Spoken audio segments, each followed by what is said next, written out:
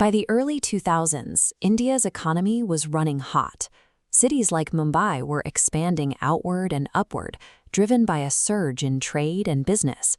But to keep that engine moving, almost everyone relied on a single physical tool, paper cash.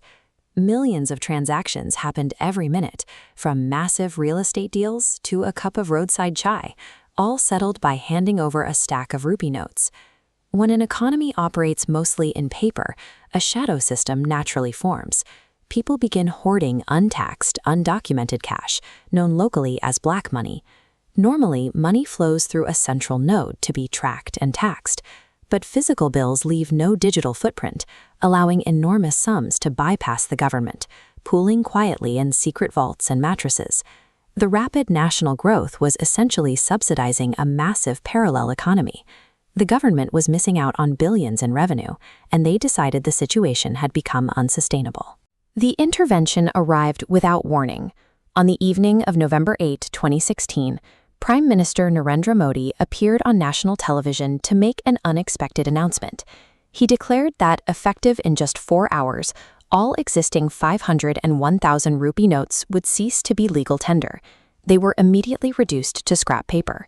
These two denominations made up a staggering 86% of all currency. The logic was simple: exchange legitimate money at banks. But those hoarding untaxed reserves faced a dead end: declare the cash and pay penalties, or watch their fortunes dissolve. This was a high-stakes, top-down strategy designed to remove corruption from the economy in a single stroke. The next morning, the reality on the ground looked entirely different. Over 1 billion people woke up needing to swap their cash immediately, leading to lines that stretched endlessly out the doors of every local bank. The government had printed these new purple 2,000 rupee notes to replace the old currency. However, they overlooked a critical physical detail. The new bills were a different size than the old ones. Because of that dimension change, the shiny new replacement bills literally could not fit inside the cash cassettes of the existing ATM networks. Every single ATM in India now required a technician to travel to it, open it up, and manually recalibrate the internal hardware. Until that happened, the machines remained completely empty. A massive macroeconomic maneuver aimed at the top of the economy ground to a halt because of the physical dimensions of a piece of paper. While bank technicians scrambled, the people caught in the middle had to figure out how to survive the day. The groups hit hardest were the daily wage laborers, construction workers, and small-scale farmers. These populations often operated outside the formal banking system and depended strictly on physical cash to feed their families. Commerce at the street level practically froze. Vendors couldn't sell their goods, and buyers couldn't pay for them because neither side possessed legal tender. By trying to drain the massive shadow pools at the top of the economy, the policy ended up cutting off the immediate cash supply for the working classes at the bottom.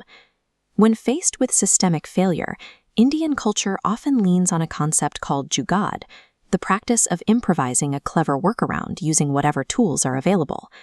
With the physical infrastructure paralyzed, buyers and sellers realized they had to bypass the banks. They turned to the one piece of technology almost everyone already had: a smartphone. Almost overnight, cheap cardboard signs bearing digital QR codes began appearing at tiny tea stalls, food stands, and roadside markets across the country. This shows how the market adapted.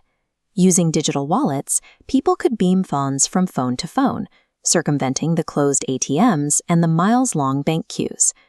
The basic instinct for economic survival in a crisis ended up providing the user base for a new, massive digital infrastructure.